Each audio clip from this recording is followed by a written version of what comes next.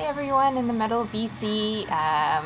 This is a video for the Metal Tag of 2023, put together by Scott over at the Rock Scout channel. Thank you for putting this together. This is a lot of fun. I've been having fun watching everyone's, and even though I don't usually make videos, I thought I'd throw my hat in the ring just because this is fun and I love the Metal VC.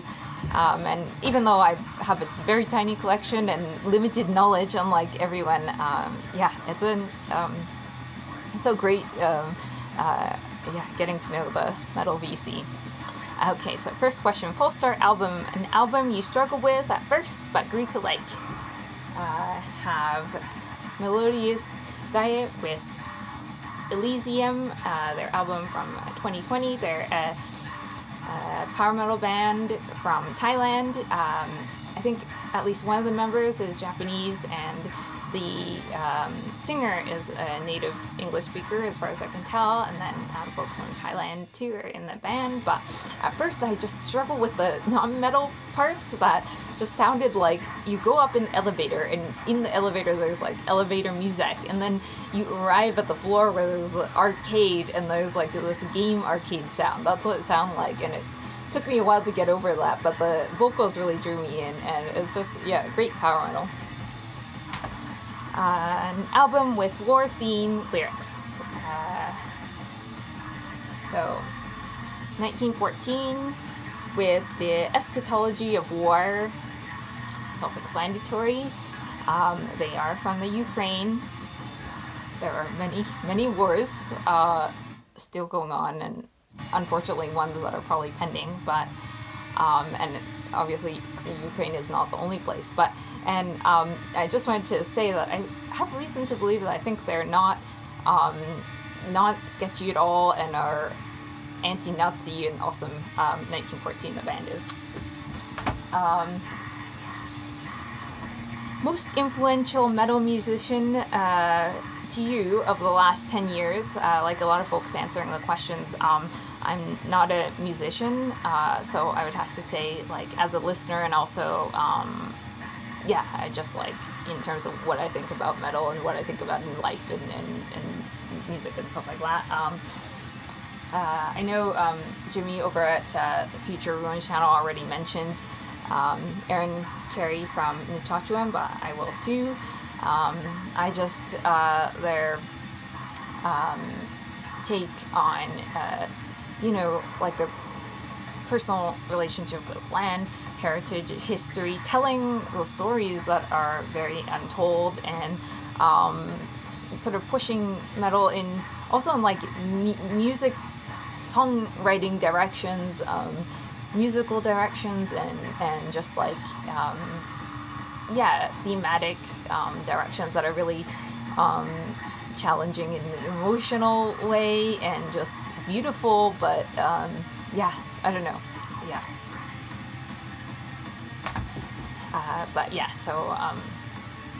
I think I don't know, that's a direction that I think is really invigorating, I guess, for the scene as well.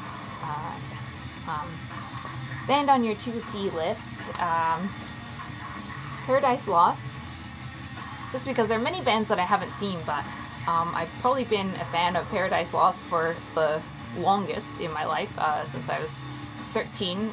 YouTube actually existed when I was 13 in 2006, and I found songs from their 1 Second album, namely Erased and Say Just Words, and I've been a fan ever since of all their material. An album that energizes you. So there's all kinds of different types of energies. I went with a very specific kind of energy, but Aura Noir with their Dreams Like Deserts EP. It's like a late at night kind of energy for me, when I have to drive home and it's late at night and I'm sleepy, but I have to drive home from work, and that's when I listen to it because I need energy to drive home, but I don't want it to be like bright, like sunshine morning, but then so this blackened thrash is just perfect for times like that for me. I especially love the Dreams Like Deserts, so the song, and just some of the lyrics leave me with their tragedies that stick to me like wet leaves, the dry sunlight. Big Freeze, Show Us Snow or Ice album cover, song, lyric. I know there's another person who showed Paysage du Verre, but I'm going to go with a different album by them, Crystal and Isa. I just love this cover, this gorgeous winter landscape. It looks like a snowy, going for a walk in the stormy night. Yeah, it's beautiful, and how it's printed on this card. I have to be in a really specific mood to listen to it. It needs to be cold, but not too cold, that I can like sit outside and the moon has to be out. Yeah, I don't listen to it that often. A song title with royal ties, Smolder, with The Queen Is Gone, quite literal.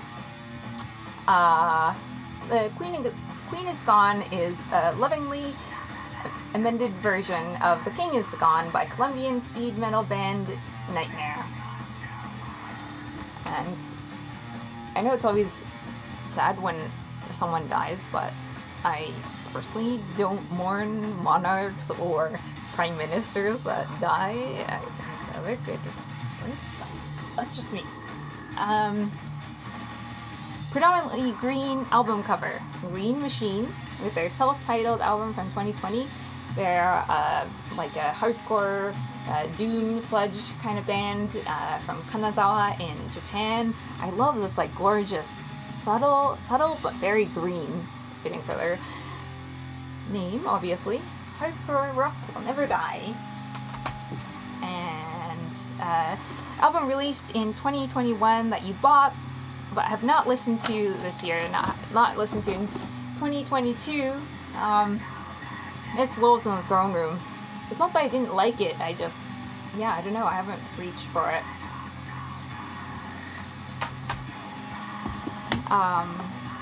Best find of 2022, old or new. I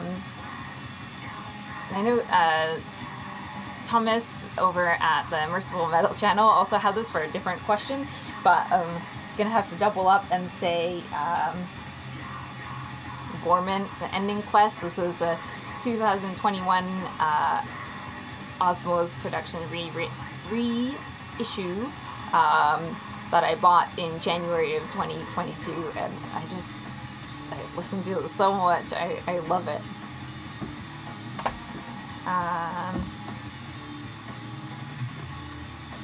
A new band album discovery of 2022.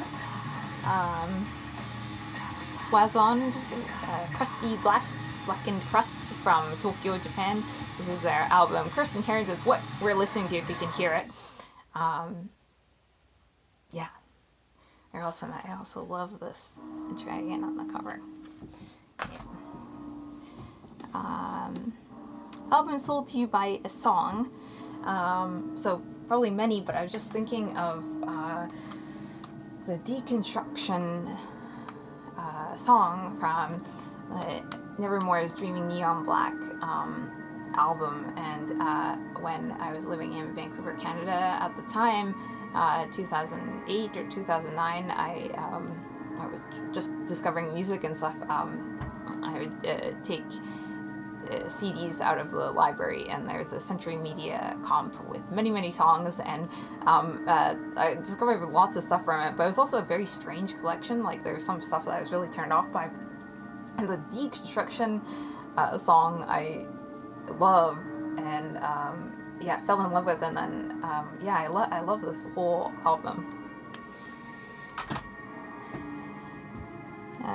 Most anticipated album in 2023.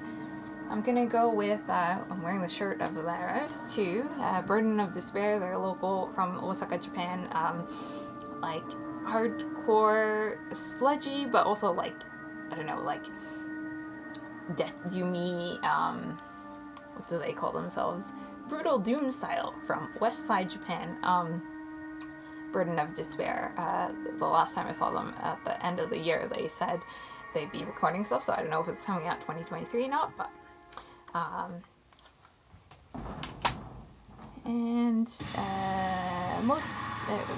23rd album on the shelf is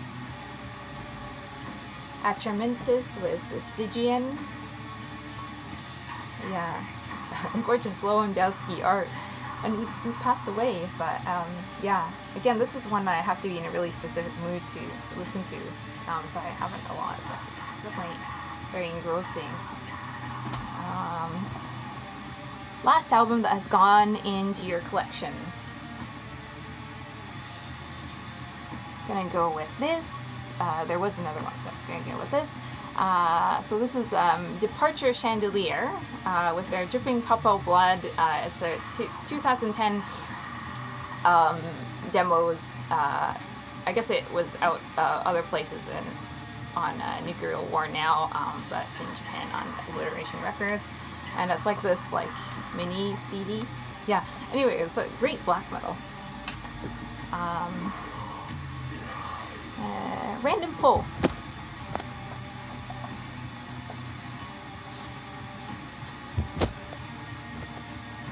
No Limited Spiral. This was like a EP from a melodic death metal band from Osaka. They're not together anymore.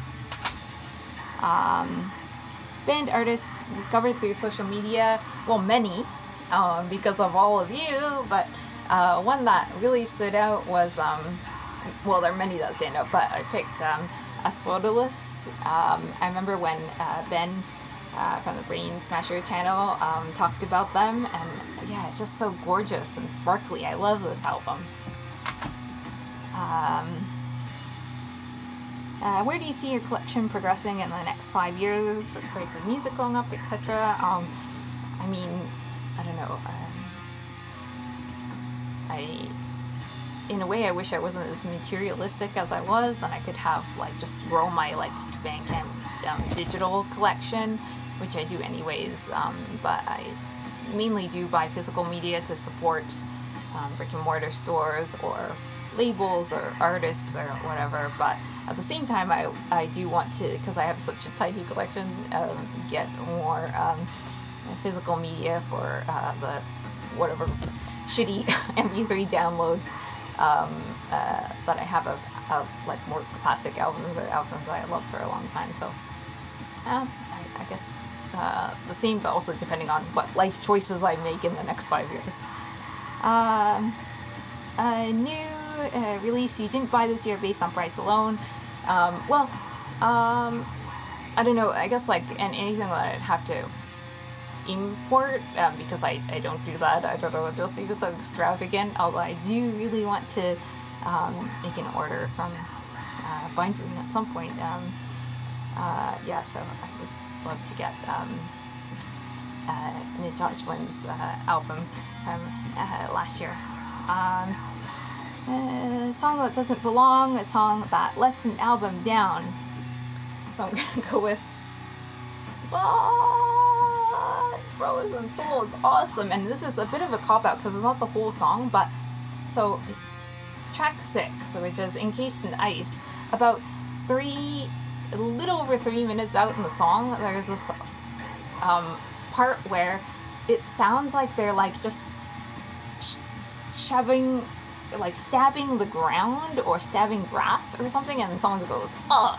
And then, so it doesn't sound like they're getting stabbed or anything bad is happening to them at all. It sounds like they're like doing this random thing and they're just going, ugh. And it's just like, and it's only 20 seconds of this, but it's like actually pretty long. I end up skipping the song every time just because of that. Otherwise, Frozen Soul is awesome. But yeah, so I guess I'm at the end of the list now. Thank you for watching. If you did, I've been enjoying everyone's videos. See you all.